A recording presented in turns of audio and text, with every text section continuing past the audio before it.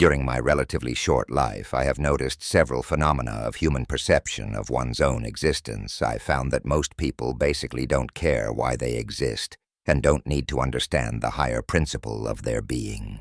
It could be due to the times and today's teachings about the world we live in. It could be pure disinterest, maybe fear, but it makes perfect sense that people avert their gaze when attempting to explain their own being.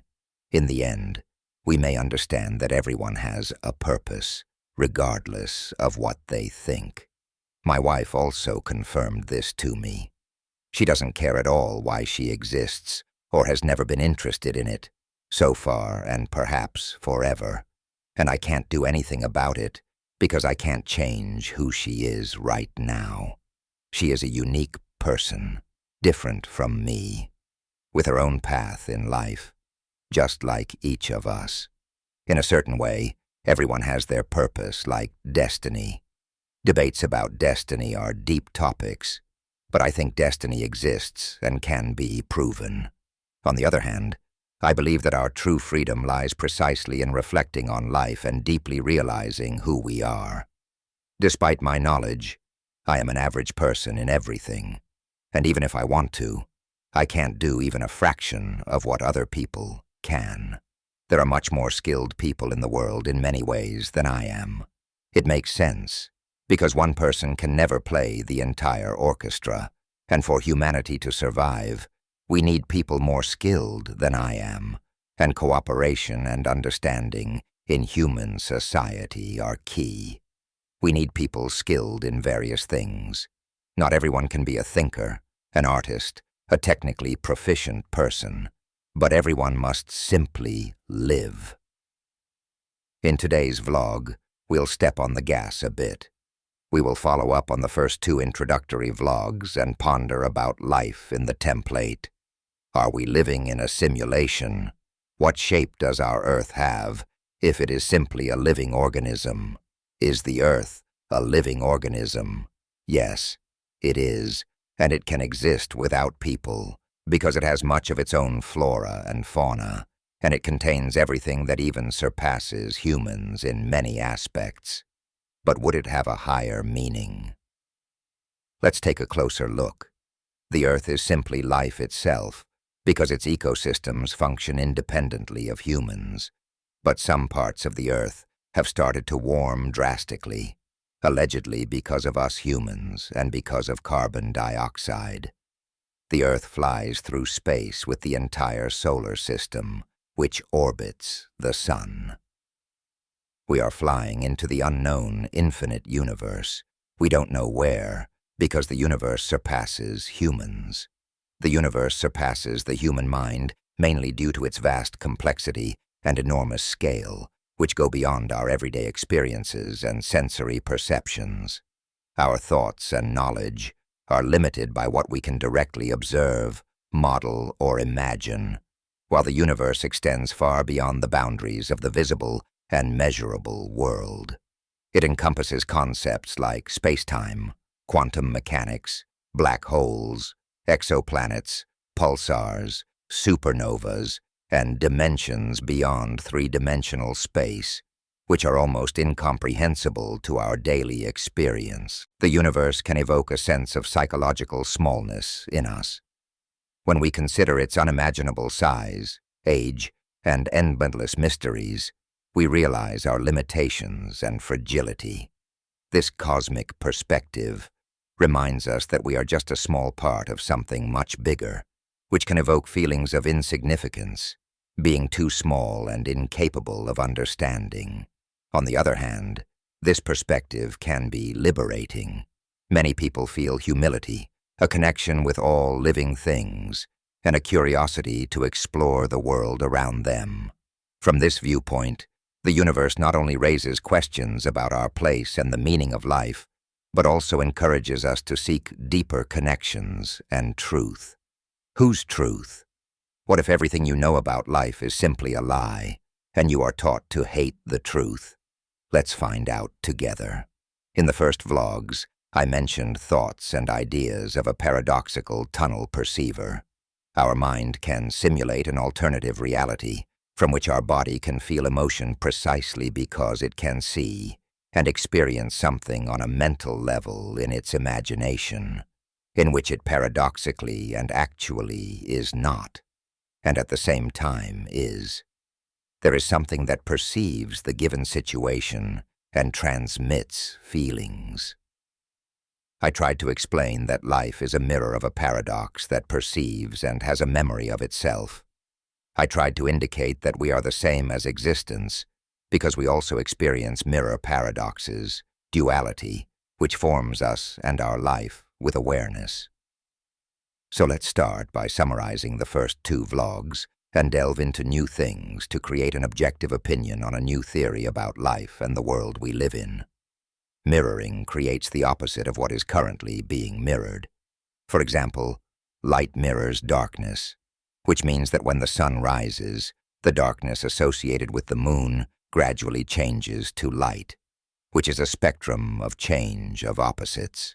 Mirroring can also occur in the form of a stance, when an opinion with a negative standpoint, no changes to yes.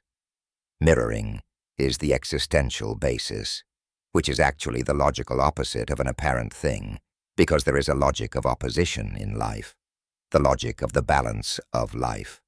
Without balance, destruction occurs. Mirroring is thus a reflection. For example, when we look into a mirror and see the reflection of our person, appearance, we can find out what color our eyes are, the shape of our lips, hair color, and so on. This is a reflection of our material, physical appearance, which becomes a memory in our mind, a mental mirror of our physical self.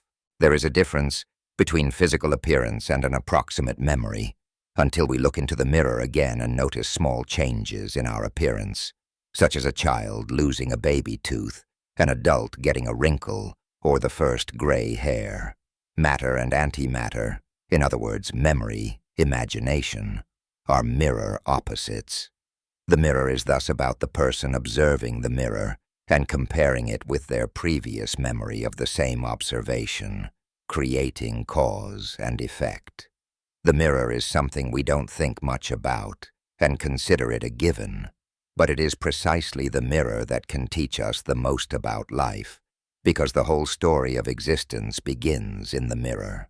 Even as small children, we look at our face in the mirror, noticing every detail of our physical body, which also becomes an immaterial memory in our mind and the minds of other people who have already seen us.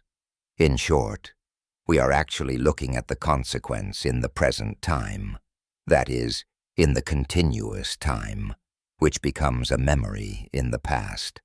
That's why even now, at this moment, we can see ourselves in our mind, because we have seen ourselves. This is the mental mirror that has seen the physical image of ourself. It's strange that your self can imagine itself, but it is possible. The cause is a simple term to express the past's relationship to the present. This means that the present and things in our present, including us, have a cause.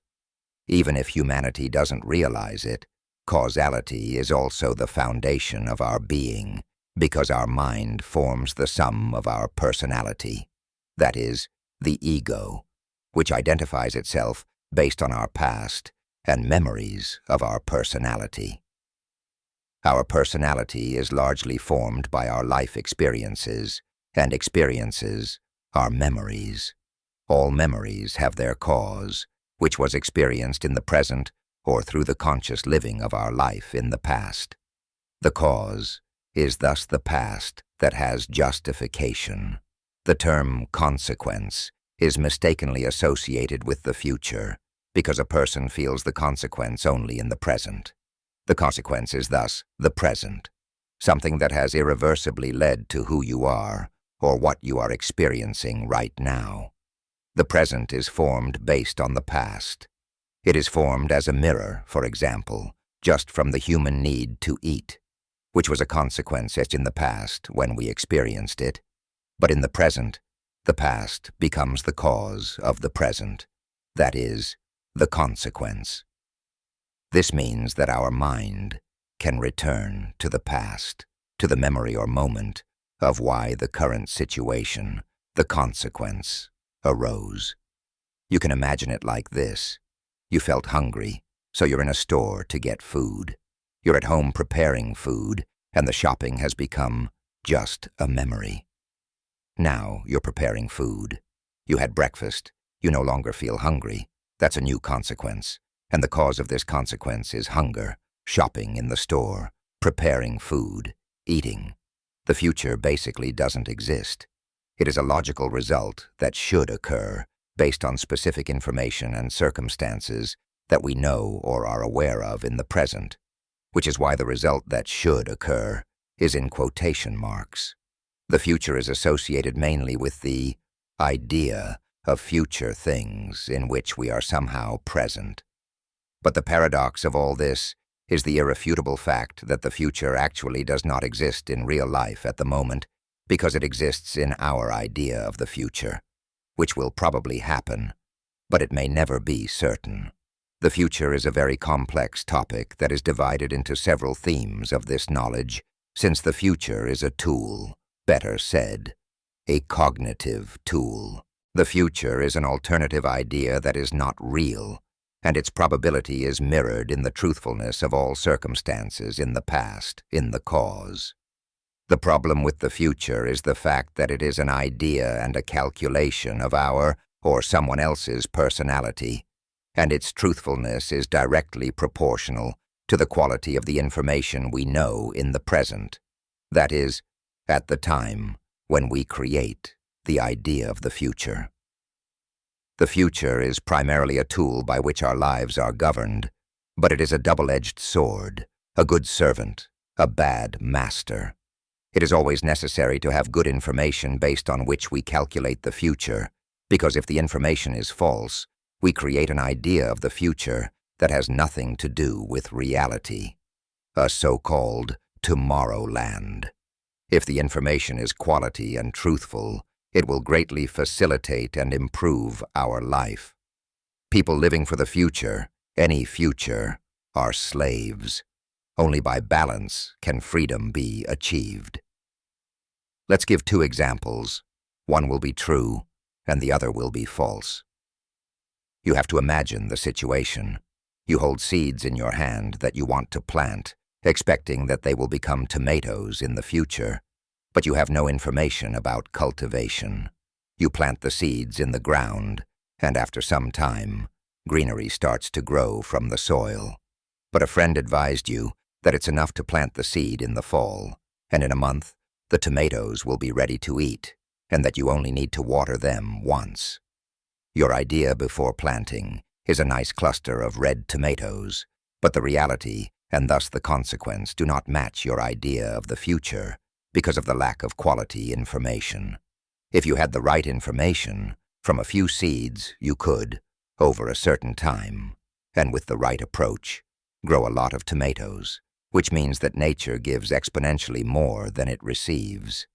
In the second case, you want to go on a trip by car.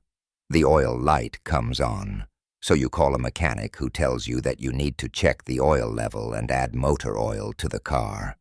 Otherwise, the engine may be destroyed during the trip. You received quality information with a very probable result that can be prevented by the measure advised by the mechanic, which means that your prediction or idea of the future is highly likely to come true unless some other unforeseeable complications occur during the trip, which shows that the future cannot be predicted, only probably calculated and imagined. Paradox, in short and simplicity, we consider a paradox to be something that exists despite insufficient logic of the existence of that paradox. The key word in this case is logic of some reality or issue. Logic is indeed the main tool of consciousness. Through logic, the meaning of the experience is formed, that is, awareness, and experience is everything we are capable of perceiving with our senses.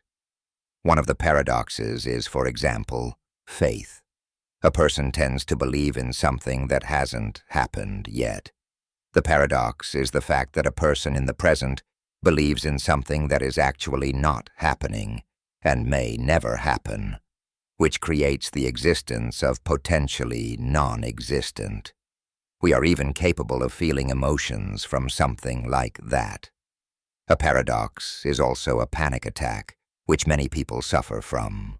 In the mind, something is happening that is not happening, and the person thinks they will die, have a heart attack, or suffocate, which triggers the fight or flight system in the body, even though the person is sitting in front of the TV with a cup of tea, but experiencing psychological torment. I also plan to include these topics in other vlogs, but isn't that a paradox? Still, we are talking about mirroring. Everything reflects, like a ping-pong ball with varying intensity. Even before the first date, we were nervous. Our thoughts about the future turned into joy, nervousness, and fear at the same time. But these feelings also reflected as thoughts that created worries, went into the body, and from the body back into the mind, which is mirrored in behavior. That's why during the first date, awkward moments occur, like awkward silence, because fear suppresses rational behavior and pushes forward caution, shyness, until a complex mirror image of the other person is formed in our memories and our mind stabilizes. Knowledge of the other no longer creates emotions like fear and irrationality of the unknown. Fear and shyness turn into joy and openness. A mirror, right? A paradox is thus an illogical emotion or idea, yet it exists, which means that certain things in life and life itself cannot be understood. Logical contemplation of the function of paradoxes are so-called linear cyclic mechanisms of existential decline and progress again. Paradoxes have their fixed laws of creation and destruction, beginning and end, despite the fact that understanding existence itself, in my opinion, is not and can never be possible. Life would then lose its only meaning, that even despite a complex understanding of one's being, something will always elude us, something that surpasses us. Infinity, causality, analemma. Infinity is absolutely everywhere. To avoid confusion, I will explain the term linear cyclic. The meaning of the word mechanism is probably known to everyone. Everything in the world has its mechanism, principle of function. For example, a chain on a bicycle connects the sprockets, and pedals are used for pedaling with the feet, which start the sprocket connected to the pedals. The chain from that sprocket is connected to the sprockets attached to the rear wheel. The wheels on the bicycle transmit the force and energy of the legs through the mechanism of sprockets and chain into movement. It's an exchange of energies, or their mirroring, the source of which is you. Linear is straight. It is a line that can go on indefinitely, but doesn't, because it is linear cyclic. If there were no cycle, life would have no balance. Although you would pedal the bicycle once, it would become uncontrollable, because infinite linearity has no balance and multiplies the original impulse or energy. Imagine it like this. You sit on a bicycle, pedal once, and you no longer need to pedal further. The bicycle goes by itself and faster, but that's not how it works. In the real world of laws, a bicycle without pedaling will stop, unless you have a battery-powered bicycle. A cycle is the repetition of a mechanism. That means that to cover, for example, 10 kilometers by bicycle, we have to repeat the cycle of pedaling with our feet until we gradually reach the goal with this mechanism, which costs energy. In this case, calories. Life is an exchange of information, something for something, which is why I called it mirroring, as it is a state that occurs constantly. You just need to look at things from a different angle. Our eyes see only the surface of specific information, Our mind and logic can see things much more complexly. It could be said that this is what life is about. But I mean life as existence, not the life of every person. A person is born into this world in ignorance. Everything is learned gradually, on the principle of a linear cyclic mechanism, which creates the cause of their knowledge and personality. Our memories are a mirror of our personality, causality. A linear cycle is also the alternation of day and night. 1 year has 365 cycles. Therefore, we don't have constant night. We don't have constant day. Everything alternates. Our mind also has a cycle. If you now imagine biting into a lemon, you can feel a strange sensation on your palate. Your imagination feels the taste in the back of your mind, but doesn't experience it intensely because consciousness is in 2 places at once. But in a dream, tastes and feelings can be intense, right? But it's a cycle that ends. Even a dream ends. Night and day end. Mirror reality. The opposite of existing things arises from logical causation, the combination of multiple things that result in their opposite/difference. A mirror is a logical opposite that is inevitable and irreversible, surpassing the will or any effort for a result based on a false idea. For example, the tastes of fruit will always be the same based on the state they are in, despite your idea that an apple can taste like a potato. In reality, an apple is always an apple, and will always taste like an apple if it's fresh. But one day the apple will rot and decompose, even if we preserve it and it lasts for many years. Eventually, it will rot. It is inevitable. We can pretend and think whatever we want about life and ourselves, because the existential paradox allows us to, and even lies, are also inevitable. But never, really never, will a false idea of paradoxical destruction merge with how things are, and will be.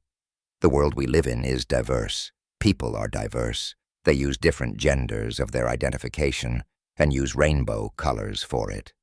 This religion is solar deity and will be discussed later in this vlog. But those colors, for example, mixing colors. You have 2 colors that you mix, and a third separate color arises, which came into existence through the logic of an already given fact about why this color should arise with the help of 2 colors. These facts are unchangeable. The recipe for the color always equals the same result because it is a firmly given rule that logically results in the same outcome, respectively consequence. And again we get to causality, which changes firmly given realities into other, opposite realities.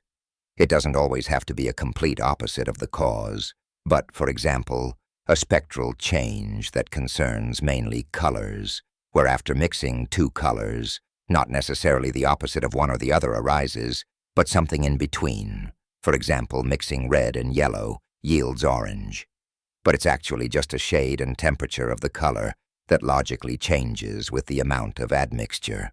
Even colors have their temperature, which again is a mirror that changes the way we perceive colors. Life has its unique recipe that doesn't change. It's just about learning to use it. And that's what life is about. Knowledge, understanding. Did you know that colors we look at in the mind create their opposites? Respectively, consciousness perceives them as mirrored. Red light creates turquoise and vice versa. Green creates magenta or its shade, and vice versa. Blue creates yellow and vice versa. If you look at each of these lights for a long time, you will always get its mirror opposite before your eyes. It's as if our mind is indicating that its world exists in the mirror reality of its essence. Have you ever noticed that these colors, or the visible spectrum of colors, among other things, are produced by our sun? And did you know that by combining RGB colors, red, green, and blue, you get white or light? and that these three colors mirror the colors CMY, cyan, magenta, and yellow. Did you know that combining cyan, magenta, and yellow creates black, or simply nothing? By combining white or black, the two basic opposites, gray, or just a neutral color, arises. In the sky, we always see two objects, the sun and the moon. The sun forms RGB. However, its basic colors are white, black, and gray. The moon mainly has white, black, and gray color. Theoretically, if the universe did not exist, but only a mental copy of what is on Earth, could the moon be the essence of the sun, of one system, Solomon, or Solomon, which represents wisdom? But it's just a metaphor, right? If there were main three things we can observe first, it would be the sun, earth, and moon, the first triad.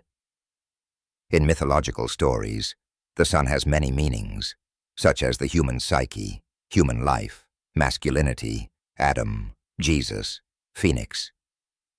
These are old myths describing the cyclical nature of the sun and moon, respectively, Luna. For example, Eve was created from Adam.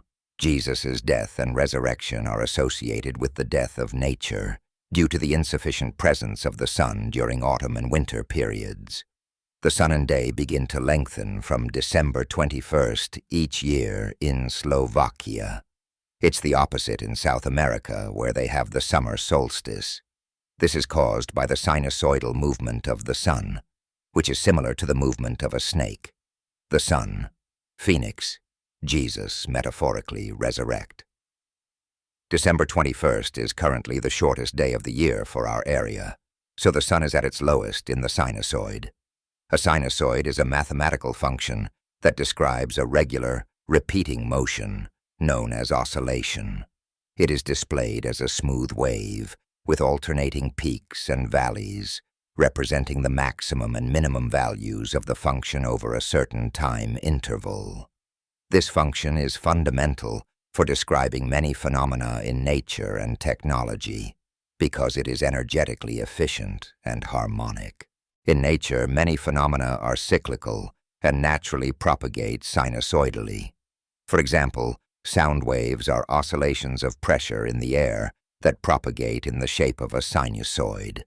Similarly, light as an electromagnetic wave oscillates in a sinusoidal pattern, allowing it to propagate in space. The sinusoid is also present in the movement of a pendulum, which regularly returns to its equilibrium position. In technology, the sine wave signal is fundamental for processing and transmitting information. In electronic circuits and communication systems, it is advantageous to use sine signals because they can be easily analyzed using Fourier analysis and filtered to specific frequencies. Radio and television signals are modulated sine waves for data transmission, which allows simple and reliable encoding of information. In logical circuits that control the operation of computers, the sine wave is used to create clocks that ensure correct timing and synchronization of processes. Every processor runs based on these clock cycles, which are essentially sine waves generated by oscillators. Without precise timing, it would not be possible to reliably process information in digital devices. On screens where images are created using modulated light waves, we use sine signals to control the intensity of colors and brightness. Frequency modulation of the signal allows the image displayed on the screen to appear continuous and smooth. Thus, the sine wave is present practically in all areas where cyclical phenomena occur, whether in nature or technology. It represents a harmonic and efficient way of transmitting and processing energy, signals, and information, making it a fundamental element of many systems in our daily lives. Nature begins to revive during the first equinox when the sun and Luna, respectively day and night, equalize after the winter dominance of Luna. The birth of nature occurs. Everything comes to life and blooms, The sun and day begin to rule over Luna and darkness until the summer solstice, when the sun is strongest and largest in the sky. Then it gradually moves towards the autumn equinox. The day shortens, nature gradually declines, winter approaches, the sun metaphorically dagbar, and everything is mirrored oppositely. Winter, night, and Luna rule. But all this affects the earth and life on earth, our life. These are some kind of control mechanisms that govern life and death, light and nothingness. These are mirrors that cycle constantly. At the same time, when we have winter, South America has summer. When we have autumn, someone else has spring. That's the essence of mirror reality. Therefore, when we look into a mirror, we see ourselves mirrored. We see ourselves from right to left. If someone draws us, they will draw us from right to left, because it's the perspective of the first person, the perceiver who experiences the world from left to right, but perceives it oppositely, mirrored. Even when we walk, our brain controls our body oppositely. The left hemisphere controls the right side of the body, and vice versa. When we dream, our self is partially dead, yet it lives in the nothingness of its probability. If we died during sleep, we wouldn't even know because we are actually not there, and yet we are. There is consciousness that can transmit feelings and memories into our body. Although we often don't remember dreams, it happens that sometimes we clearly recall an entire dream that didn't happen. We can even be angry at a person who was in it and did something bad to us, even though they are lying and sleeping next to us. The fact that when we sleep, we dream, is a probable existence simulated by our mind, like a copy of existence about itself. When we are awake, are we in the real world, or are we in someone else's simulation? If we become aware in a dream, the dream becomes lucid. We become gods in a place that is on a mental level, and we can do whatever we want. That's a paradox, isn't it? It seems as if the essence of the mind wants to show us a simple mechanism. If we cannot realize our being in the time and space given to us, we become actors in the narrative of the simulation created by our mind. However, if we become aware of our existence in the simulation, we can do great things. Ignorance is a state where we are controlled by a higher principle. Awareness based on realization is freedom. Technologies copy mechanisms to create simulation. A phone has pixels that form the spectrum of colors. This spectrum depends on light and darkness. Between everything and nothing, a simulation is created. Simulation thus doesn't need a round Earth orbiting the sun to create mirror seasons on opposite parts of the Earth. Simulation has its own rules. What is a simulation? Imagine a game like Helldivers 2 as a silent library where all the details, battles, and laser shootouts are stored as static binary codes, combinations of ones and zeros. Without a hint of life, the code sits in the memory of the disk, unaware that it could be anything more than just a set of numbers. This binary world is absolutely static and motionless until something turns it on, like our memories of lemons, pears that are there but not activated, as if waiting for a universe for its Big Bang. This is where the processor comes in, the brain of the computer and the magical logical circuit that gives meaning to the binary ones and zeros. The processor is in this case like the human mind, which brings ideas and memories to life. On one hand, it evaluates what it sees. On the other, it creates a living world from them.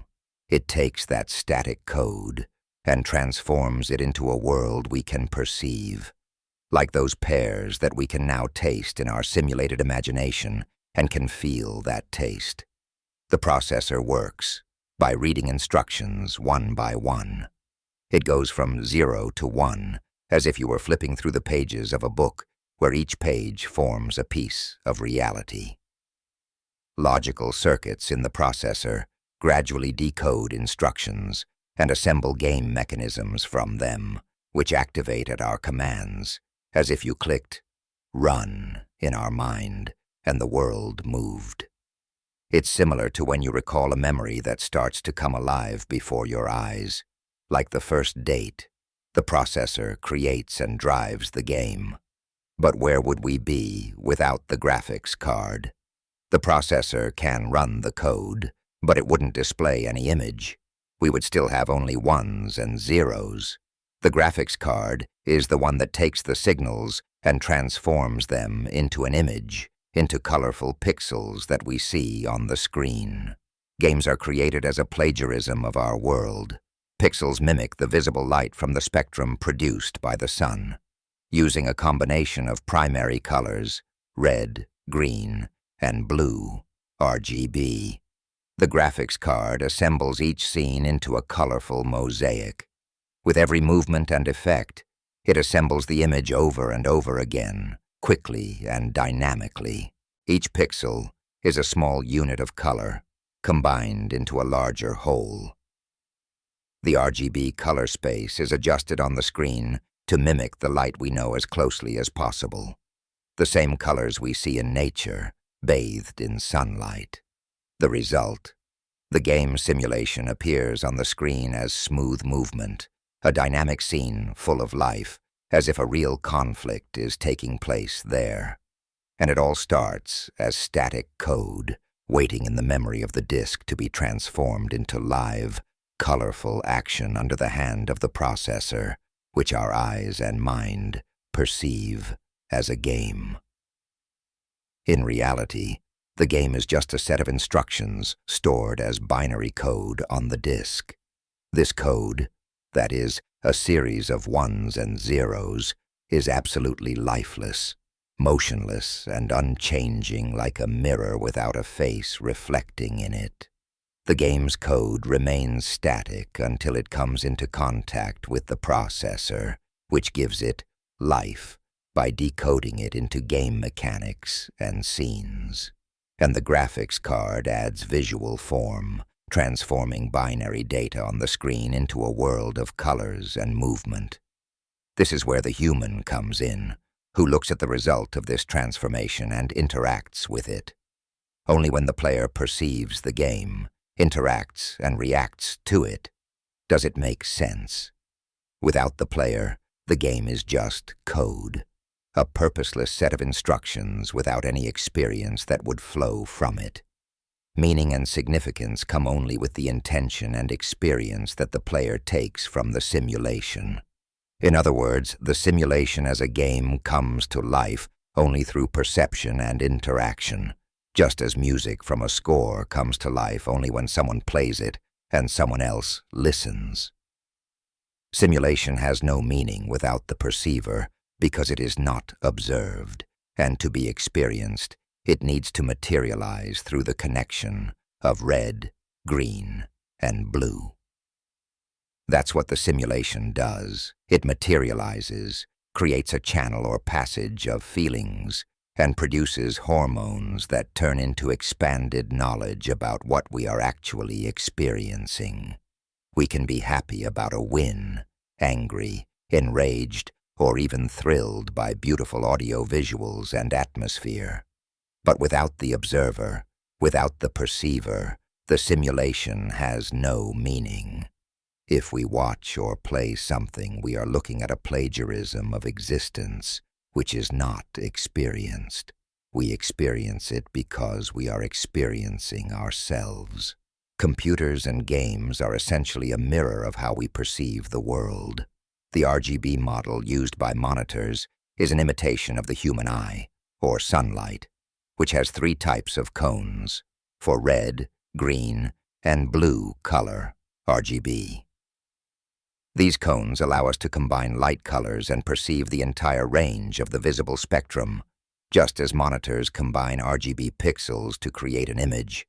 They also flicker, alternating light and darkness, so the image can change, move.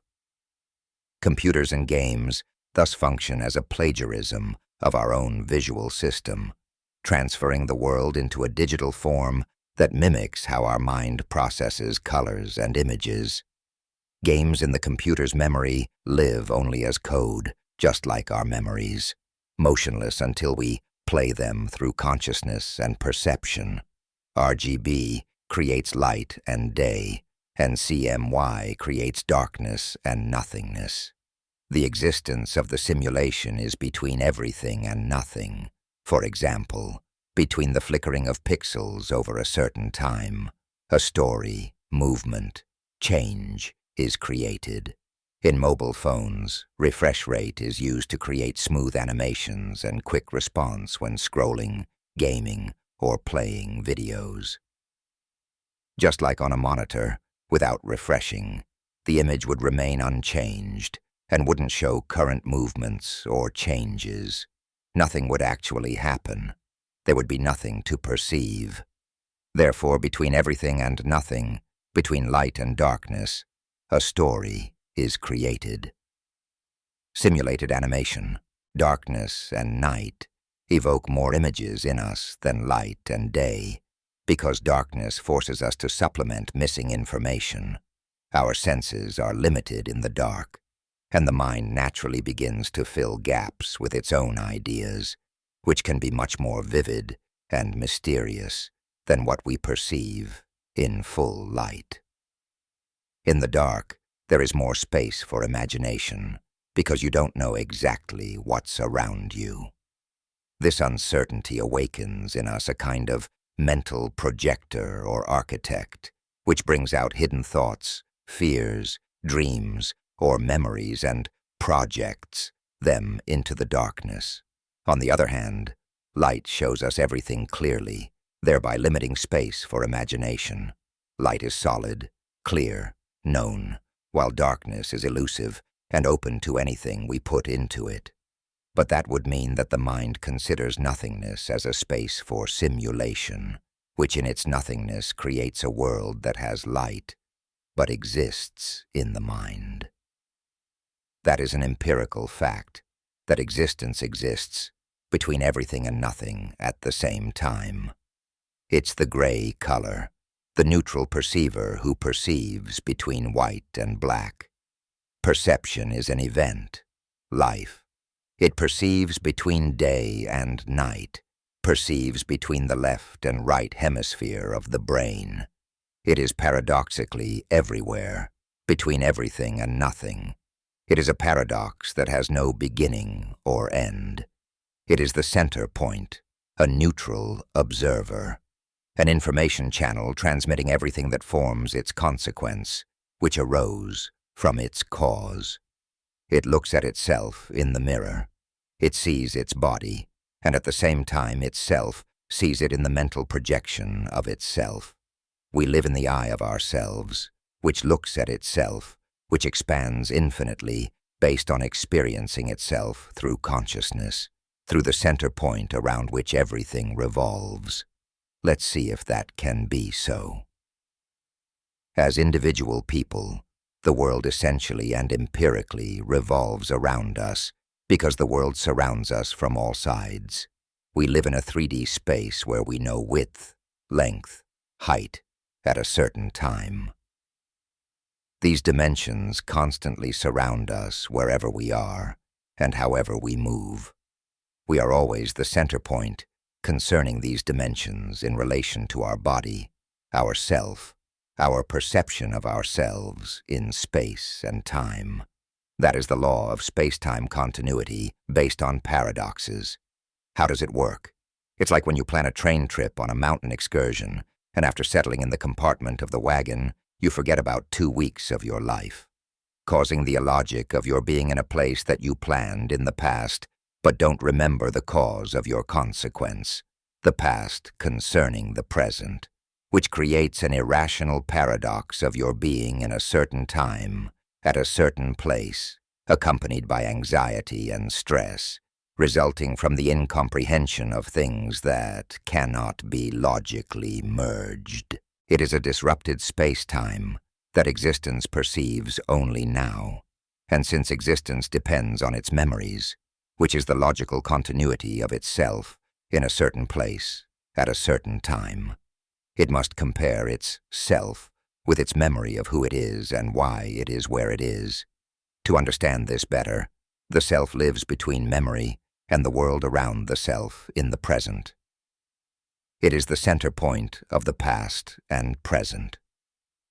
If you lie down in your bed and wake up somewhere in a field, you will be very confused, as the logical continuity of your being in space at a certain time is disrupted. That is the cause of confusion that arises from the past, from some parameter that made sense, but as a consequence may no longer make sense. Therefore, truth and lies are a paradox that flows from neutral probability, which has a mechanism but grows so fast that it is ultimately unpredictable and incomprehensible. It could be said that existence is the ultimate causality that has no beginning or end, because when its cycle ends, a new, much more complex one arises than the previous one, which is supposed to answer the question, who am I, why am I here, and when will I find out? What is the mechanism of the triad, Solomon, or the principle of the functioning of the human mind that perceives now, but everything it perceives now is already the past, which can predict the future, or has some idea about it? The sun, earth, and moon. For a person who knows about life only that they live, the earth is the center point between the sun and the moon. Life takes place on earth. Simulation is in the middle. A person who knows nothing about life has many questions. Today's society depends on the future, on non-existent faith that does not exist. Our potential is zero because we give it into the hands of authorities. What happens when we start asking, who am I? As a psychological philosopher, I have developed 3, respectively 4, questions of existence, which is the center point from oneself, which is the I dependent on the question, who am I? Who am I is everything that existence is. The question, who am I, is thus a summary of all knowledge about oneself and the space in which I exist. To understand who I am, another question arises, and that question is how. How is logic that works in all directions because it processes thoughts, calculates the future using the nucleus accumbens, a complex of non-existent probability. How also analyzes the past. Who I am now is always in the past, always. That is an irrefutable fact. Who I will be is in the future. I don't know who I will be because I can't predict my future. If I knew it, I would never need to live, and life would not exist, because if I know who I will be, I don't need to know who I am, because I already know who I was. How do I find out who I am? But when I already am and know it about myself, it means that there is a memory. Logically, there is also the question, why? Why is the past? Since I perceive, I think, there is an event forward, a cycle, and an event backward, analysis. We don't live in a frozen frame. We live a continuous story. The world moves, thoughts move, which creates the 4th question, when will I find out? So logic uses the questions when and why. Why goes into the past, that is backward, and when goes into the expectation of a future result, that is forward. Why did you do it is a question of the past. When will you do it is a question about the future. The past and the future are events, that is time. Logic is subject to time and events because it works based on the existence of the event itself. Without an event, there is no life, but the event is, and so is life.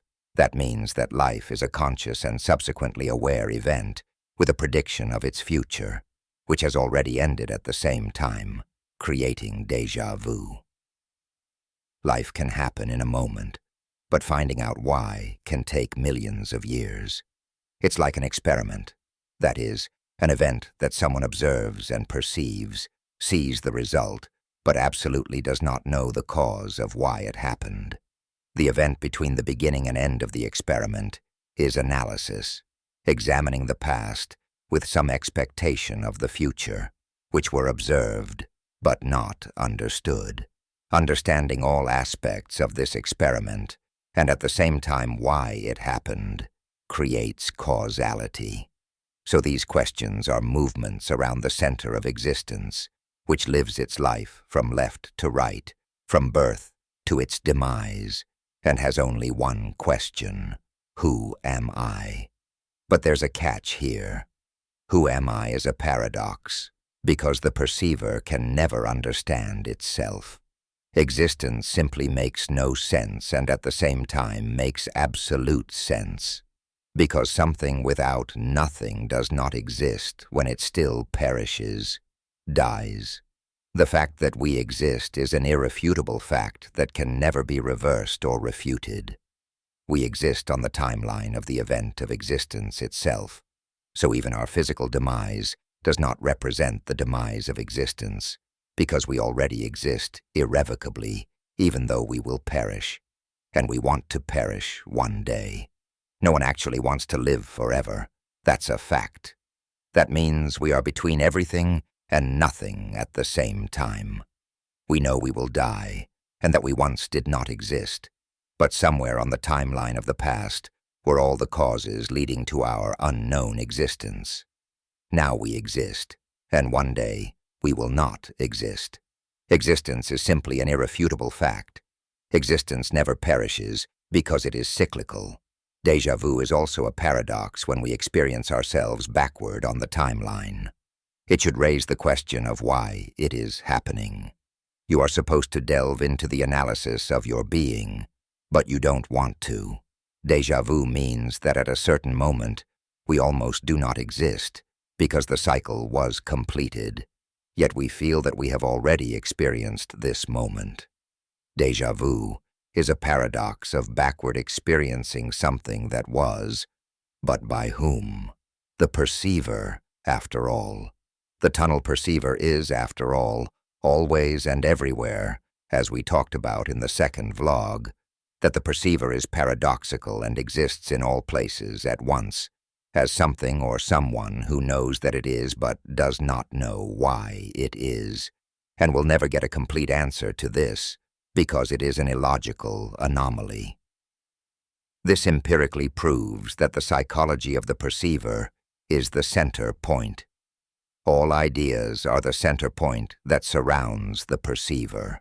Banks, the universe, ecology, woke, point the finger at you and draw their attention to you to admire them. And if you don't admire them, they label you as conspirators, extremists, deplorables, homophobes. They start censoring you. They put information under your video that it is about hoaxes and similar things. So be quiet and stay in line. How our simulation and its mechanism work. What is Earth? When existence actually experiences itself through the body and emotions produced by the body. Is it the only living planet of our solar system, flying in a vacuum in a random, dangerous universe, and no one really knows why, not even scientists? Or is it the material body of existence that created a simulation from memories about who it was, through the center point from which it spread further, based on everything it knows about itself to understand itself, again and expand even more for the next cycle? Isn't it a linear, cyclic mechanism of learning about who I actually am by existing in the middle, between day and night, as consciousness that is aware of every aspect and angle of view, through beings that exist in my image, and find out everything possible about the world they live in? What if our world works the same way as we do, because we are copies of existence? Do you want to know more? Or do you want to believe scientists? So let's get to it. Our Earth is a living binary organism that looks at itself through the center point in the sky. That is, the polar star, and the center point that exists on Earth, which observes Earth and the sky at the same time in the form of a mirrored mental self created on Earth. Through everything that conscious beings on Earth have experienced, are experiencing, and will experience, they will forever exist in the memory of who the existence itself is, which has no beginning or end, creates and destroys cycles as an anomaly that keeps expanding infinitely, which is absurdly illogical and logically beautiful at the same time, like the life we experience daily. Existence itself doesn't know what is good or evil, only its body knows. For existence, these are data about its possibilities, about creative and destructive paradoxes.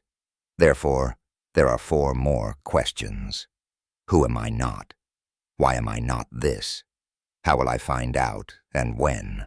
A total of 6 questions. 1 paradox, as a center point divided by the mirror logic of opposites. In the middle lives only the observer, impartial, one who simply must exist. After all, everything is one because our body is part of one whole. But it is complex, divided into senses, organs, muscles, the nervous system. The entire organism is one whole and is subject to the mind. Without the mind, the body is useless. The mind can create in a dream a new body, a new world with its own rules. That means the world is separate at first glance, but everything belongs to the whole. Luna arose as the initial existential imprint in the first etheric field, which is local. Our system is local but spectral. The universe exists on Earth as its part, not above Earth. Above Earth is just its map. The first map is the real map of Midgard, or Middle-earth. The moon has monochromatic colors gray, white, and black. White is energy, its branching into matter, like the rooting of ether into matter. For example, electricity conducted through wood, tree roots into the earth. Light gray to gray is pure water or liquid state, frozen water. Dark gray to black are continents. The moon is a plasma X-ray in the sky that emits its own light. This map is the only true map of Middle-earth. For it to be true and to work, it needs to make sense. Firstly, the magnetic north must move. The magnetic north actually moves, and the geographic north does not exist. That is just a hole on the globe to allow it to rotate. The sun orbits around the magnetic north, whose force is divided into 2 parts of the year. Then it moves further from the magnetic north towards South America. This movement is ensured by mirror mechanisms of celestial bodies, which for half the year create nature, and the other half destroy it precisely because they influence the path of the sun and create its sinusoid. Or, as the Egyptian Apep. Apep is the analemma that is formed every year, and the sun moves along the earth with the magnetic north, which is the mythological Apep. For half a year, Saturn, Jupiter, Mars, Mercury move mirror-like to the other half of the year. Luna and the sun are the only opposites that do not have their opposite in the zodiac. They have their opposite only in that, when we have summer, the sun rules, and in South America, Luna rules, and vice versa.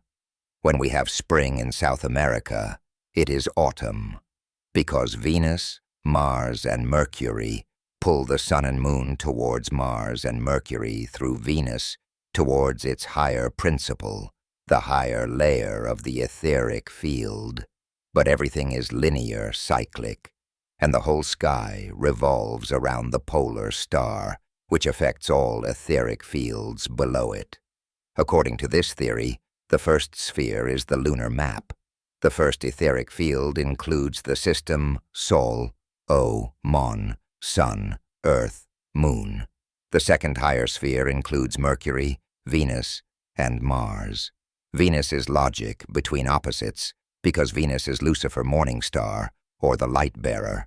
logic between opposites. It creates a pentagram in relation to Earth every 8 years. It is a link between two opposites, between the anode and the cathode, like the Daniell cell. In the Daniell cell, energy transfer occurs between two poles, anode, zinc, and cathode, copper, where each plays a unique role in electron transfer. This process can be interpreted scientifically using symbolic elements that reflect the philosophical dynamics of sacrifice, acceptance, and transformation. Anode, zinc. Virgo as the sacrificial lamb, zinc at the anode undergoes oxidation, in which it gives up electrons and sacrifices them to the entire circuit. This act can be likened to the symbolic sacrifice of Virgo, the sign that sacrifices itself to God or existence, just as zinc undergoes chemical transformation. Zinc becomes the sacrificial lamb, giving up part of its energy, similar to Mercury delivering a message or transferring energy to a higher purpose. This sacrifice also opens the way for energy flow, just like Cain's original sacrifice. Cathode, copper. Mars as the receiver and enhancer. At the cathode, a reduction process occurs in which copper ions accept electrons given up by zinc, strengthening and growing. This acceptance of energy corresponds to Mars, which functions as an active energy receiver, the dominant pole that becomes stronger by accepting the electron flow. Just as Abel's sacrifice was accepted, copper, cathode, energetically valorizes the accepted electrons, strengthening it. Between them, Venus as the mediator of light. Venus, known as the light bearer, symbolizes the bridge between the two poles, a kind of path for electrons that move from the anode to the cathode. In the electrochemical cell, this bridge functions as a transmission line that allows energy, in the form of electrons, to flow from the submissive Virgo to the dominant Mars. Just as Venus, the connector, mediates interaction between two opposite poles, this process allows the anode to sacrifice electrons and the cathode to accept them as an energy value. In this electrochemical process, a symbolic act of service and acceptance occurs. Zinc, as the sacrificial Virgo, undergoes an oxidation process, while copper, cathode, Mars, accepts electrons and strengthens. The electron flow that arises between these poles is literally an energy transfer where sacrifice and acceptance form the basis for the creation of electrical energy. In this understanding, this relationship is metaphorical for the sun and Luna, for the lower etheric fields where the sun governs life and light on Earth. Without the sun, and without technology to replace it, it simply freezes, and it's dark. Nature dies or hibernates in darkness like a bear. However, Uranus was despotic and unjust towards his offspring. After the birth of his children, he imprisoned them deep within Gaia's womb to secure his throne. Gaia, devastated by the suffering of her offspring, conspired with her youngest son, Cronus, to overthrow Uranus. Cronus, whom Gaia gave a scythe made of celestial steel, overthrew his father by symbolically depriving him of his manhood. After this act, Cronus took over the rule of the world and established a new cosmic order. The myth of Uranus has deep symbolism. It represents the fundamental principle of paternal authority and pure, immaterial sky, which is in a dynamic relationship with the material earth. This relationship is full of tension and cycles of change, reflecting the power of creation and destruction. Uranus can thus be understood as an archetype representing celestial power, authority, and the cyclical nature of the cosmos, where everything is governed by the principle of origin, demise, and renewal. Here we need to realize that this is also a fairy tale. And to better understand this concept, we would need to find out what chaos and order are. Chaos is the birth of the mind, when the present cannot be understood. It's like when the past does not merge with the present, because the paradox lacks logic, despite its apparent and simple existence. It's like a panic attack, when the body starts hyperventilating, but this phenomenon is triggered by the mind and the amygdala. They are clusters of thoughts that cannot be grasped. They happen automatically like a story that enters the body and hurts, like when a complicated life is born from a simple genetic code about its definition. That's chaos. But logic stops this chaos by understanding its cycle piece by piece. Each piece of understanding is like an anchor point, like a checkpoint, or like a star in the sky that controls chaos. Many stars form a system of controlling chaos that directs chaos into order, until finally, a material copy of chaos is formed in matter with its linear cyclic order. Yet despite order, there still exists the existential paradox that cannot be understood even in matter, creating existential absurdities in matter as small fluctuations that wave at you. Hello, I am the paradox, and you can't do anything about it. Existence lies only in understanding its fragments that have scattered, divided like billions of pieces above our heads that materialized in its mirror, in the eye that looks at itself and experiences the simulation through the chronological animation of itself.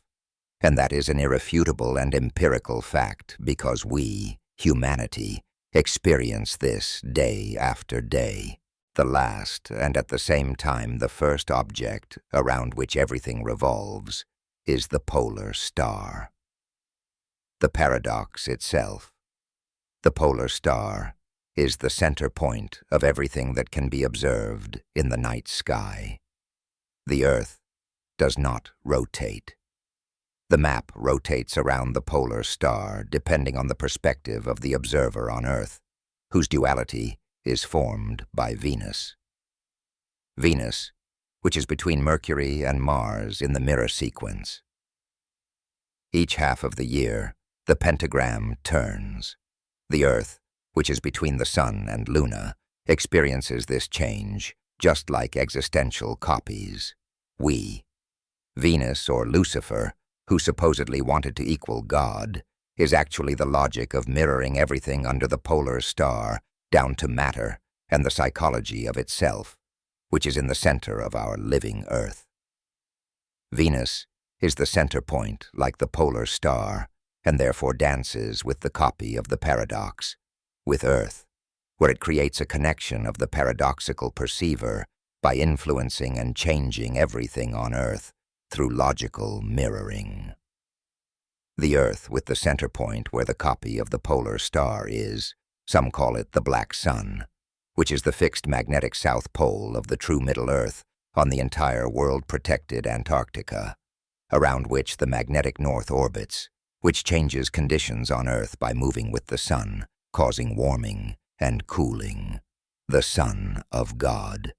The Son, Jesus, the Phoenix, who resurrects every December 21st. Everything, absolutely everything, has its center point, if you haven't noticed yet, dear audience. Everything has a core, the center point of its development into the mirror essence of its opposite, like seeds in the center of fruits that form copies of their essence, just like the polar star that forms the essence of its infinite self in the sky and on Earth. The fact that someone refuses to see it is maddening because most of this vlog can be empirically verified. Just as a tomato takes over the genetic code in the seeds of its predecessor, the same happens with people. Or do we not resemble our predecessors?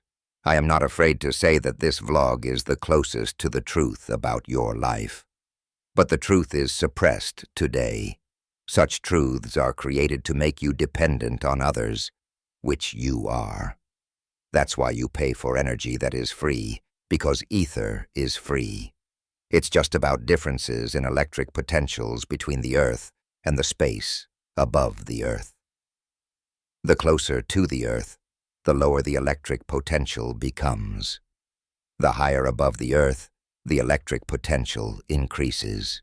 If we ground an antenna of a lightning rod into the Earth, their potential will connect. If we don't ground them, the current will push towards its lower potential to equalize it. But then ether would have to exist. Otherwise, it would be a random interaction of static fields in the atmosphere of our planet, which travels through space, and only scientists know why. Scientists like Einstein, who became the face of intelligence, a messy plagiarist on strings. Ether was rejected in 1887. The Michelson-Morley experiment in 1887 examined the ether hypothesis, which was supposed to be the medium for the propagation of light in the universe. At that time, it was assumed that if the Earth moves heliocentrically around the Sun, it should exhibit measurable motion relative to the ether, a so-called ether wind. However, the experiment found that the speed of light remains constant, regardless of the Earth's direction of movement, thereby disproving ether as a medium. This result led to the conclusion that light propagates in a vacuum without the need for ether, which later supported the theory of relativity and changed the understanding of the universe. The theory of relativity was developed primarily to address questions concerning the properties of the universe, the motion of light, and gravity. Einstein's special theory of relativity, 1905, focused on problems associated with the constant speed of light in a vacuum and the absence of ether as a medium. Many scientists disagreed with Einstein, but the scientific community swept other opinions under the rug because the universe was important for future projects like NASA. If the Earth were stationary, heliocentrism would necessarily collapse. Einstein came from people who consider themselves the only ones chosen by God and married his own cousin. His theories of relativity and space-time are not only complete nonsense on which today's science stands, working with a model of the universe that is a completely mirrored mechanism of stationary geocentrism. But they also place ordinary people in the position of fools who have to rely solely on scientists who know how the universe works. The only problem with geocentrism was the fact that scientists couldn't get the orbital paths of the planets to align.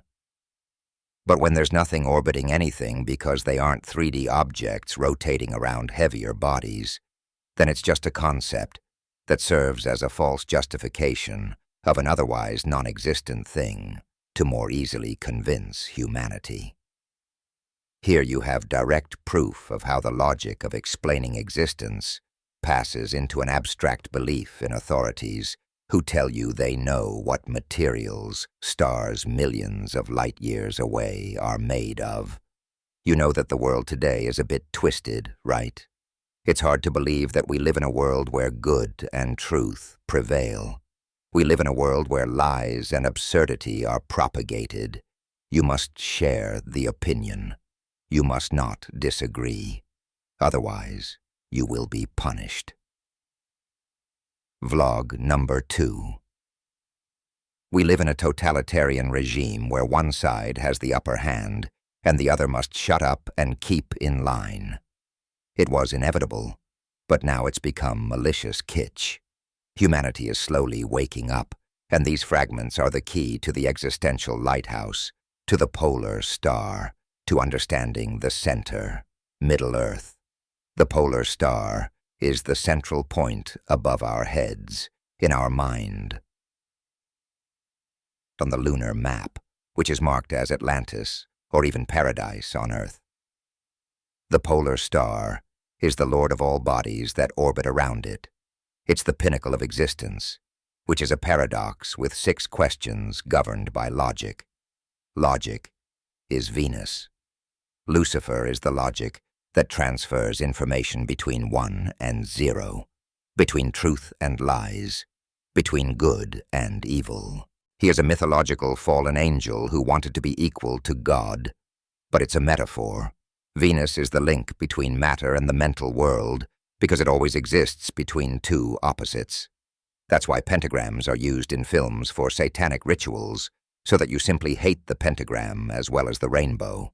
However, by connecting both pentagrams, we get a beautiful polar star, which is the center of the rotating sky. For evil and lies, a satanic, bloody ritual in a pentagram is good, because then you hate the truth when important symbols are given a touch of evil and cruelty. In fairy tales and movies, they talk about Atlantis, the lost city somewhere in Antarctica. Cognitive dissonance. It is the only continent, or paradise, on Earth, where there is always sun and night, not subject to the fate of other continents. Because if the magnetic north orbits around the southern point, or pole, in Antarctica, then warming and cooling must occur. And to hide the truth from the world, the system must create global warming and blame it on us to take away even more freedom before we find out the truth. If conditions on the continents change, then it's only a matter of time before all known continents become uninhabitable. So propaganda about nuclear winters, experimental technology, space influences, planetary pole shifts, volcanic influences must arise, but that's all a lie. And then, if what I claim is true, then certain parts of the Earth must be warming, and some must be cooling, right? Western Antarctica is indeed warming, but eastern Antarctica is cooling. The Sahara Desert would keep expanding because the circle along which the sun moves is the equator, and the equator passes right through the Sahara Desert towards the south. In reality, it's like this. The North Pole does not exist as a geographical point. It was created only so that a planet could exist. The South Pole can exist, and does exist, because no matter where you fly heading south or sail or whatever, it will pull you into Middle-earth through Antarctica. Antarctica is everywhere beyond the Antarctic Circle, but hidden continents are, for example, southeast of Liberia, the coast of Africa. But it's forbidden to sail or fly to Antarctica on your own, because it is the only continent protected by international treaties signed by the whole world. Strange that outside Antarctica, the world hates each other. But there, everyone is friends, and these agreements are not violated. Moreover, military bases are not allowed there. Why doesn't Russia or the USA have strategic bases there? Because all politicians are allies and friends playing a theater in which they decimate people to create the impression of conflict. And you see conflict on screens. They also spread hatred, divide, and conquer minds. If the equator moved clockwise, like on the Prague astronomical clock, then the Antarctic Circle, the first tropical circle, the equator, the second tropical circle, and the Arctic Circle would move from South America, which is also rapidly cooling, through all the continents we know. Meanwhile, frozen continents closer to the sun would gradually melt, and conversely, continents further from the sun would freeze. It's a linear cyclic process where the sun moves along an axis that entirely orbits around the southern Middle-earth pole. This means that nations must relocate and migrate. These are empirical and verifiable facts. Great migrations of nations, phantom centuries, which will be discussed in the next vlog, cooling and warming on our Earth, remnants of ancient civilizations, moving magnetic north. Hello. Knock knock, Neo. Another empirical fact. is that a compass will always point north, but to magnetic north, not geographical north, because geographical north simply does not exist. It is just a definition of a rotating planet around its axis. But the Earth does not rotate. It at most wobbles. In a few decades, Slovakia will be in the Arctic zone. It will be cold here, not because of war, but because of the Arctic Circle of the sun. That's why we have warmer winters and summers, but that will change soon. Therefore, in many places, remnants and buildings of ancient civilizations have been found because they used to live on the continents we inhabit now but had to move if they didn't want to live in darkness and cold. The sun is life. The moon is its essence, because the body is connected with the essence. When we see ourselves in the mirror, we see our body, which is a memory of how we look. But we are not just a body. We live in the mind, and that is an empirical fact. Everything ultimately ends as a thought, and that is also an empirical fact. That means thoughts are connected with the material opposite. Knock knock Neo second time, because Neo is the one. But why? The ultimate psychological manipulation. Based on cognitive retrospective occult paradoxes, or simply, how evil uses your own mind against you by showing you the truth so that you ridicule and reject it yourself. It's done simply. Fictional stories about the truth, based on the truth, whose essence is belittled or completely tarnished. Evil needs to separate the mind from the truth, either by negative emotions about the truth or by making movies about it, where the raw truth is wrapped into half-truths resembling the truth, but it's no longer the truth. It's a fairy tale covering the truth, so that you reject it even if someone served it to you on a golden platter. You reject it because it was in a movie or a fairy tale. We'll conduct an experiment that will cause your mind to completely downplay the seriousness of this video. Your mind will tend to avert its gaze and reassure itself with a comfortable lie. Imagine that this entire video is based on the movie The Matrix, a film about simulation derived from this movie.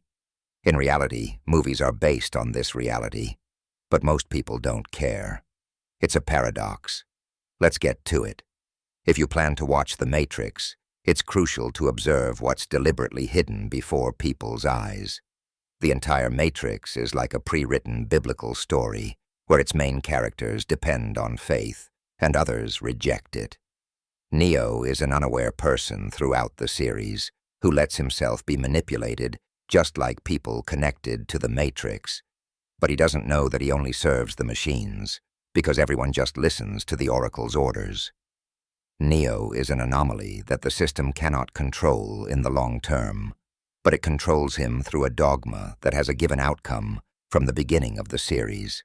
It's about saving humanity in the real world, but the machines simply need to reset the system.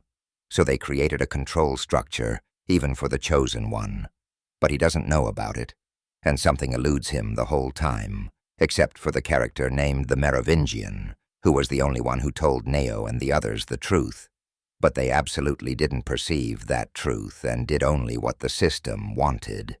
The Matrix is psychological lobotomy of healthy judgment. It begins with the main character, Neo, being awakened by a person named Trinity, who wants to connect him with another person named Morpheus. He lives in a simulation called the Matrix, Mother Earth. In this simulation, there are system guardians called agents. The main agent is Agent Smith.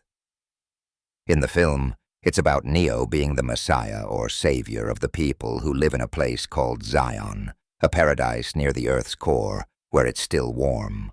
The name Zion comes from the Hebrew language and originally referred to Ortris or hill in ancient Jerusalem, which later symbolized the city itself and the entire land of Israel. In the Bible, the name Zion is often used as a poetic designation for Jerusalem or as a synonym for the place of God's presence, and the spiritual center of the Jewish nation. The Old Testament and all religious texts are frauds. From the Bible to polytheism, they are all idealistic stories derived from the actual truth, that is, mere lies that the slaves of the Matrix worship. Zion is the last city that the remaining humanity hides from the machines that created the Matrix and enslaved humanity in it after a war broke out between humans and machines that almost completely destroyed life on Earth. The Society of Survivors is divided into realists and those who, like Morpheus, believe that Neo is the chosen one, which creates tension and political conflicts in Zion. In the Matrix, there is a very important person, or rather a program, called the Oracle. She is called that because she is the machine and memory unit of the Matrix on which the current version of the Matrix stands. The Oracle knows only events up to a certain point before the Matrix or simulation reset and started over.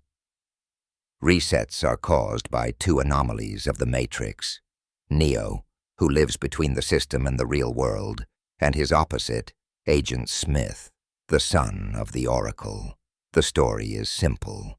It's about two solstices and two equinoxes, after which the cycle renews.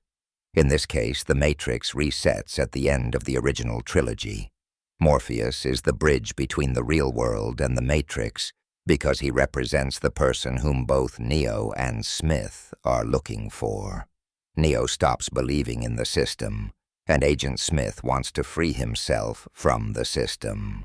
He doesn't want to be part of it, so he searches for Morpheus to get to paradise. It's important to understand that Smith is just a cognitive function of the machines, an internal destructive anomaly of the Matrix that inevitably ends the life cycle. He is the mirror opposite of Neo. Agent Smith represents the moon or Luna, and Neo represents the sun. Both are paradoxes that exist in the Matrix and must inevitably end it. It's like one half of the year life on Earth revives, and the other half, it dies. In the real world, winter is associated with gloom and grayness because the color spectrum is not illuminated by sunlight. Therefore, one half of the year on Earth is marked as life, and the other as death. So what is it about? It's about Smith originating from Neo, and their task is to destroy the Matrix, which is built on the Oracle.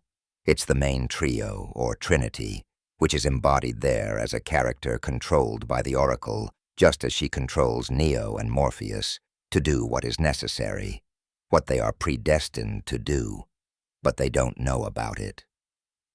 So the main trio of the Solomon system is Neo, the Oracle, knowledge of the past cycle, and Smith. Sun, Earth, or the material copy of the mental image of the world, and her son, Moon. The material completion of this trio is Trinity. Trinity represents the connection with both Neo and Smith. The Matrix is simply what is between them.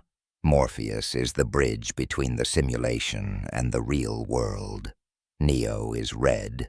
Morpheus with the Matrix is green. Smith and the machines are blue. When Morpheus offers Neo the pills, this fact is metaphorically pointed out. Red represents escape from the simulation through Morpheus, and blue means life in the Matrix. Morpheus represents some kind of mythological Bifrost. It's just a cult, nothing particularly deep. Red, a warm color, represents the liveliness of colors. Blue represents grayness. In practice, this means that when red is next to other colors, they look more vibrant and saturated. Conversely, blue next to other colors can mute them and cause them to appear more matte or cooler. Red with green. When red is placed next to green, it highlights it because they are complementary colors. This means they create a visual contrast that highlights both and gives them clarity and saturation. Green next to red appears fresh and lively, with red emphasizing its natural brightness. Blue with green Blue next to green has the opposite effect. Since both colors are cool, blue mutes green and causes it to appear less bright or slightly grayed out. Green next to blue appears more muted and cooler, which can create a calm but less lively effect. It's a duality that affects the middle, life on Earth, life in the Matrix. It's an empirically controlling fact. Let's continue the story. The story of the first film takes place between the autumnal equinox and the winter solstice. Neo meets with the Oracle. She tells him that he is not the chosen one, but that he must choose Morpheus's fate, thereby manipulating him because, from the previous version of the Matrix, she knows what Neo will always do, but she doesn't know how he managed to evolve. Because Neo, as an anomaly of existence, evolves. But more on that later. In the first film, Agent Smith has the upper hand. He is stronger than Neo, but they are already fighting. But Neo simply cannot match Smith and thus escapes because the sun rules only half the year. Then Luna rules. Trinity and Morpheus watch as Smith kills his opposite. Then the sun is reborn for the first time through the Trinity. As an anomaly, he is revived by the system because the system needs to restart. Neo comes back to life, enters Smith, and rewrites him by merging with him, metaphorically starting to rule. This ends the first part. The second part takes place during the half-year of the sun's dominance. Neo has the upper hand. He is the strongest, like the sun in summer. Here, characters from the first versions of the Matrix appear, which Smith talked about to Morpheus in the first part. He explained that the Matrix system stands on understanding the human mind, that it rejects a perfect world and surrealism, but needs a goal. So the Oracle was created as a predictive and intuitive program that guides people through stimulating the future so that they don't rebel against the system of people's minds. In the second film, Smith tries to overwrite Neo, but he is too weak and fails because he is missing something, his maximum potential, which he only partially possesses. Neo also encounters the metaphorical story of Lucifer, logic in the form of Venus, but this comparison is more figurative and abstract in this case. We can consider the Merovingian as logic, and at the same time the ruler of the underworld in the Matrix. The logic of the Merovingian in the Matrix is unique and resembles precisely the figure of Lucifer, who opposes the system, reveals its weaknesses, but is also part of it, and a kind of skeptical observer. The Merovingian perceives the Matrix as a predictable and controlled system in which everyone only fulfills the role that the system has assigned them. Neo and the others believe they are fighting for freedom, but the Merovingian knows that even their rebellion is just another level of manipulation. Everything is designed to serve the system's plans. The number 101 in the corridor where the Merovingian is located is symbolic. In binary code, 101 can represent the basic logical processes of the system, ones and zeros, truth and lie, control and chaos. The Merovingian understands this duality, and as a character who moves between these binary values, he can see that freedom and rebellion are just additional mechanisms of control that the system uses to ensure its own continuity. From this perspective, the Merovingian really resembles Lucifer, just as Lucifer is a being who knows the truth but, instead of blind obedience, chooses to oppose, refusing to overlook the illusions of the system. However, this opposition is not so much about freedom as it is about knowledge. It's the stance of a fallen program that is too informed to believe in any form of liberation. With his cynicism and perception of the absurdity of free choices in the Matrix, it seems that the Merovingian defies the simulation and the system. In essence, the god of the Matrix, not because he wants to free others, but because he sees the whole charade as a continuous cycle where freedom is just another level of control. For Neo, the Merovingian is a warning, a kind of dark reflection that shows him that if the system is not broken from the outside, every rebellion is just another level of the Matrix. The Merovingian's logic is based on a deep truth about the Matrix and human illusions, a truth that no one wants to hear because it means acknowledging that most things we consider free are just further levels of manipulation. Thus, the Merovingian becomes an archetype of the fallen intellectual, defying a system in which he is still embedded, who knows the truth, but at the same time has no way out. At the end of the second part, Neo meets the architect. Before their meeting, we see stars on the screen, showing that Neo is actually a star, but they don't say that he represents the sun.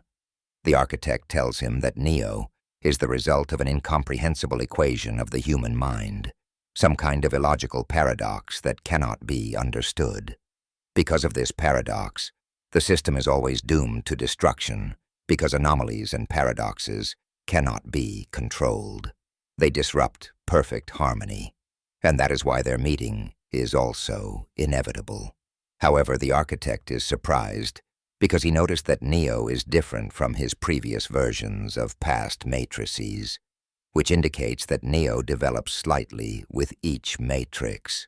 On the screen, Neo is an image within an image, creating an infinite paradoxical tunnel, which is a metaphor for consciousness perceiving itself in a mirror from the third person through the first person. The architect represents Uranus, who creates the matrix from the memory of previous versions, from the oracle, about whom he also said that he is the father, and she is the mother of the matrix, which is the mythological story of Uranus and Gaia, the goddess of Earth. He is talking to the son of the primary anomaly, the sun, which, after merging all its separated parts, destroys the system and transforms into the primary infinite anomaly, existence itself, the polar star, which we see at the end of the third part. The architect says that people need to be controlled by having choices, but they do not realize the deeper essence of where they live or why they make decisions, which suits the system. Each end of the matrix represents the destruction of Zion, so that the entire cycle can begin again and again. Hope. It's a fundamental human illusion that is at the same time the source of your greatest strength and greatest weakness.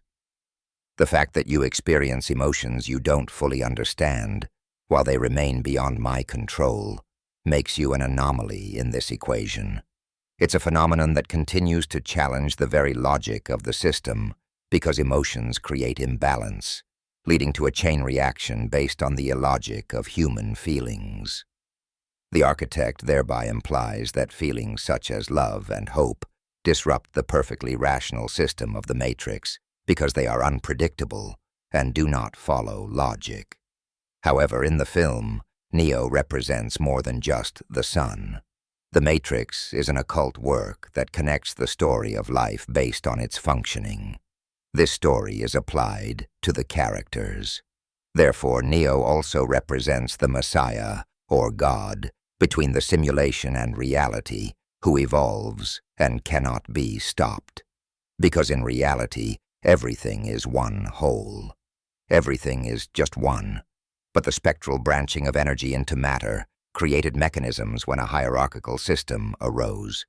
Therefore, in a certain sense, God and the Son of God are the same, just reversed in order or a mirror of themselves, separated by the entire spectrum of this hierarchy, which is one whole. The third part is about the end and reset of the cycle. Agent Smith has absorbed his mother, knowledge, and has taken over the world, transforming every person into himself, thereby creating a gray mass of observers, and he himself was more powerful than Neo. Smith, as Luna, represents Neo's black and white part. He is Neo's shadow that merges with him, like during a solar eclipse, or vice versa. Autumn represents metaphorically life and colorfulness. The other represents grayness and death. Smith, as Neo's opposite, Tatis, had in himself two of his three aspects, and thought that to be complete he had to kill Neo. However, he does not realize that he is a necessary element, and is also deceived by the system for the Matrix's restart. Smith's personality blinds his opposite, and Neo gains the ability to see and partially control machines, because their fates intertwined in reality as well. Neo and Smith are one. They have always been one, and it is inevitable that they are one. After Smith transforms Neo into himself in the final battle in the Matrix, the circle, or Ouroboros, closes. Neo, the blind messiah in the real world, turns into a phoenix like the sun that is reborn and starts its new cycle. The entire trio begins to collapse as a complete anomaly. When opposites merge, an existential paradox is created. The polar star and the Matrix, with the memory of itself, disappears from matter so it can be created anew. Among the last shots in the collapsing Matrix, we see the Oracle on the ground, the memory of the former cycle that is disappearing. The development of the anomaly caused the machines not to destroy Zion because a compromise was created. The development of the anomaly, that is, the illogic of being in logic, caused the machines to start waging war against themselves as well. In the Matrix trilogy, we follow the story of Neo, who is seemingly the chosen one, an anomaly in the Matrix system that the machines can control only through a carefully planned cycle. The entire narrative, all events, characters, and even the rebellion against the machines are part of the system's plans to control the anomaly that is Neo. The machines created the Matrix, knowing that a certain portion of people will always reject an artificially created reality and strive for freedom. Therefore, they developed a controlled cycle in which the chosen one appears, rises against the Matrix, finds his way back to the architect, and eventually sacrifices himself for the salvation of humanity. This repeating cycle allows them to maintain control over the system and over those who would try to rebel. The Oracle is a key part of this strategy. She is an entity that seemingly helps the human resistance, but, in reality, works for the machines, providing Neo and his allies with information that leads them along a path already planned by the machines. By gradually revealing information to Neo and other rebel fighters and guiding them toward certain behaviors, the system ensures that Neo ultimately makes decisions advantageous for the Matrix. The cycle repeats, and the anomaly reintegrates into the system. Neo will be connected to the Matrix as an anomaly from which his opposite, Agent Smith, arises, who wants to get out because the physical body of his separated consciousness is outside. Another key player in this system is the Merovingian, who openly warns Neo and his allies that their decisions and paths only fulfill a predetermined plan.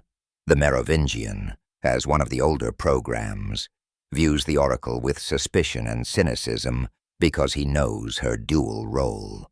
His approach to the Oracle and the entire system is skeptical. He knows that the Oracle manipulates events so that everything proceeds according to a scenario that aligns with the machine's plans. That's why he wants her abilities in the third part, because he would become as powerful as the source itself. The Merovingian represents the logical component, but doesn't know all the circumstances of past cycles like the Oracle. Therefore, his power is limited, and with the Oracle, it would become absolute because he works with cause and effect. But if he knows the complete cause, he becomes the god of the system. According to him, every rebellion, every decision, Nimnambandasi, and even Neo's apparent freedom is just another step in a sophisticated system of control. This view sharply contrasts with the enthusiasm with which Neo and his allies pursue their destinies. The Merovingian perceives that they are part of a perfectly set machinery and tries to indicate this truth to Neo. Despite all the control strategies, emotions represent an uncontrollable paradox for the system. Neo's love for Trinity is an example of how emotions can influence and disrupt the system's calculated plans. Driven by emotions, Neo exceeds the system's expectations by deciding to save Trinity instead of following the planned path to the Matrix's rebirth. Love and other emotions become anomalies that machines cannot fully control, making Neo an unpredictable risk. In the second trilogy, after several years of peace, Neo is once again trapped in the Matrix. But this time the machine's control moves to an even higher level. The machines deploy a psychologist, the Analyst, who uses reverse psychology to convince Neo that all his experiences were merely manifestations of psychological problems and not a reflection of reality. This new method of manipulation is more sophisticated and subtle. Instead of direct opposition, the Analyst manipulates Neo so that he himself does not believe his own memories and feelings. The goal is to undermine his belief in the truth, prevent the development of his abilities, and ultimately ensure that Neo serves the Matrix again, but this time without realizing he is imprisoned. This strategy shows that the machines continue to adapt to handle all potential threats from the anomaly that Neo represents. The Matrix evolves into an increasingly sophisticated form of control, where it's no longer just about physical limitations, but about manipulating thought and perception, ensuring that even apparent rebellion against them can still be part of their plan. Emotions, as an uncontrollable paradox, remain a weakness in their system and give Neo and his allies hope for true liberation. This model creates a feeling of helplessness for those who are part of the minority that sees the truth behind the veil of manipulation. Since the majority is deeply influenced by the system and believes in the illusion presented to them, the minority has only limited options to intervene or transform society. The majority often acts as a defense mechanism of the system itself, preventing any attempts at liberation or change. Thus, the minority finds itself in a paradoxical situation. The more it tries to help the awakening majority open their eyes, the more resistance it encounters because the manipulated majority sees them as a threat to order. This cycle reinforces the notion that true liberation can only be achieved through a principle higher than the system controlling the majority, but not through a messiah performing miracles, because he is also controlled by the system. If the system is based on logic, programming, or power, the only option is to find a principle that transcends these boundaries, something that cannot be manipulated, controlled, or predicted. In the Matrix, it's love that becomes the force of unpredictability. In the real world, it could be an authentic self-awareness and the truth of existence itself, arising from a deep understanding of life's principles that is independent of external influences. This higher power or principle could be a transcendent truth that stands beyond the duality of good and evil, beyond the logic of a system artificially controlling the world. Such a force would have the power to change the cycle of control from within, because it would rely on values and truths that cannot be locked into any system. Such a principle could cause the majority to start questioning the reality they have accepted, thereby slowly freeing themselves from the system's bonds. Without a higher principle that transcends the system and brings understanding of life or freedom, the minority remains trapped in its helplessness against the manipulated majority. Only transcendent truth has the potential to break the illusion of the system and allow true liberation that will not depend on control and manipulation. In this way, hope is created that even amid manipulation and control, there exists the possibility of true awakening that must be born outside the logic that the system governs at all levels that society follows. The more absurd and improbable prophecies or predictions are, the greater impact they have if they come true. When the system or power manages to bring about such a predicted future, it appears as a miracle or inevitability that defies common understanding. In this way, the system can control people's perceptions of what is possible and reinforce faith in its own mechanisms. When the system, for example, destroys a certain belief or value that it previously implanted as a fairy tale or distant ideal and then revives it through a real event, it creates the illusion that this event was inevitable or predestined. The result is a paradoxical effect where a few people start to believe they are fighting against the system, but in reality only fulfill another level of its control. New layers of manipulation are thus created. Those who think they are liberating themselves or resisting the system actually confirm its power by fulfilling its scenario. The only way to stop the system is to stop playing its game. But everyone would have to stop playing this game. This approach leads to creating an illusion of predestination, where most people appear as passive players on a chessboard moved by either good or evil, without the real possibility of their own decision. This concept suggests that only a small group of truly conscious and awakened people have the potential to perceive truth beyond the false boundaries set by the system. The rest of society may be locked in cycles of predicted good or evil, where their choice is just an illusion. They serve as a tool for maintaining power. This model raises the idea that truly aware individuals, those who can recognize constructs that govern the majority, are in the minority. Others remain within the system, whether on the side of good or evil, and are subject to its control. Ultimately, this presents a profound question about freedom.